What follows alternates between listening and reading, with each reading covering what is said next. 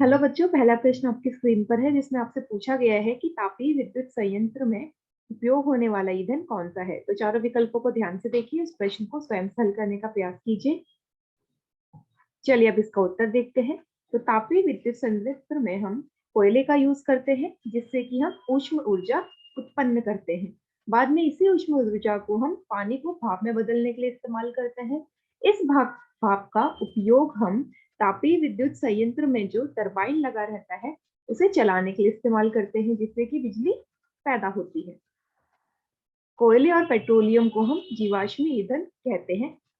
तो यहाँ से हम ये कह सकते हैं कि ऑप्शन डी हमारा सही उत्तर है। दूसरा प्रश्न, इस प्रश्न में आपसे पूछा गया है कि गर्म जल प्राप्त करने के लिए हम सौर जल तापक का उपयोग किस दिन नहीं कर सकते। तो चारों विकल्पों को ध्यान से देखिए, इस प्रश्न को स्वयं से हल करने का प्रयास कीजिए। चलिए अब इसका उत्तर देखते हैं। तो सौर जल तापक सौर ऊर्जा का यूज करके पानी को गर्म करता है। तो यदि जिस दिन आसमान में ज्यादा बादल होंगे तो उस दिन यह सही ढंग से काम नहीं कर पाएगा। तो यहाँ से हम ये कह सकते हैं कि ऑप्शन बी हमारा सही उत्तर है।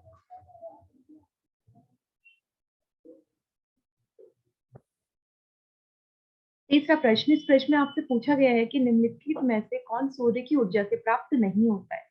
तो चारों विकल्पों को ध्यान से देखिए, उस प्रश्न को स्वयं से हल करने का प्रयास कीजिए। चलिए अब इसका उत्तर देखते हैं। तो जैसा कि हमें पता है कि कोयला तथा जैव मात्रा हमें लिविंग चीजों से प्राप्त होता है, और यही जो हमारे जितने भी ज्यादातर जीव होते हैं ये अपनी ऊर्जा कहाँ से प्राप्त करते हैं? सूर्य से प्राप्त करते हैं। अब सूर्य की रोशनी जैसे ही पृथ्वी पर पड़ती है तो यह ऊष्मा पैदा करती है, लेकिन चूंकि अलग अलग जगह के तापमान अलग अलग होने के कारण पवन बहने लगती है जिससे हम पवन ऊर्जा प्राप्त करते हैं। अगर हम बात करें नाभिकीय ऊर्जा की तो यह हमें परमाणु के नाभिक से प्राप्त होती है। इसका सूर्य की ऊर्जा से कोई लेना देना नहीं होता है। तो यहाँ से हम ये बोल सकते हैं कि ऑप्शन सी हमारा सही उत्तर है। चौथा प्रश्न, इस प्रश्न में आपसे पूछा गया है कि निम्नलिखित में से कौन सा जैव मात्रा ऊर्जा स्रोत का एक उदाहरण नहीं है। तो चारों विकल्पों को ध्यान से देखिए, इस प्रश्न को स्वयं से हल करने का प्रयास कीजिए। चलिए अब इसका उत्तर देखते हैं। तो जैसा कि हम जानते हैं कि जो जैव मात्रा स्रोत होता है वो हमें डायरेक्ट पौधों या जानवरों से मिलता है।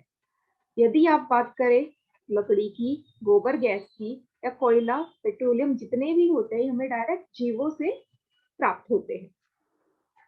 जबकि जो नाभिकीय ऊर्जा परमाणु है वो नाभिक से प्राप्त होती है, इसलिए वह एक जैव मात्रा ऊर्जा स्रोत का उदाहरण नहीं है।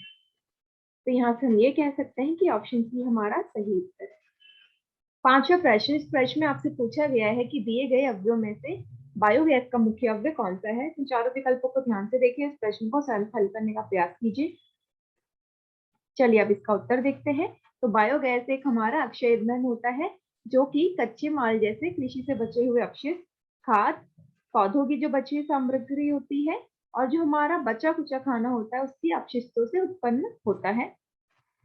अगर आप यहाँ पे आकृति में डायग्राम में देखें तो यहाँ पे दिया गया है कि जितने भी अव्यय हैं इसमें जो हमारा हाइड्रोजन है वो 4% है, कार्बन डाइऑक्साइड हमारा 30% है, बाकी बची हुई गैसें हमारे 1% है और मीथेन हमारा पूरे 65% है। तो यहाँ से हम बोल सकते हैं मीथेन ही हमारा बायोगैस का मुख्य अवयव होता है। तो इसलिए ऑप्शन ए हमारा सही उत्तर है। चलिए अब इस वीडियो के आधार पर कुछ दो प्रश्नों को हल करते हैं। पहला प्रश्न, दूसरा प्रश्न। Thank you.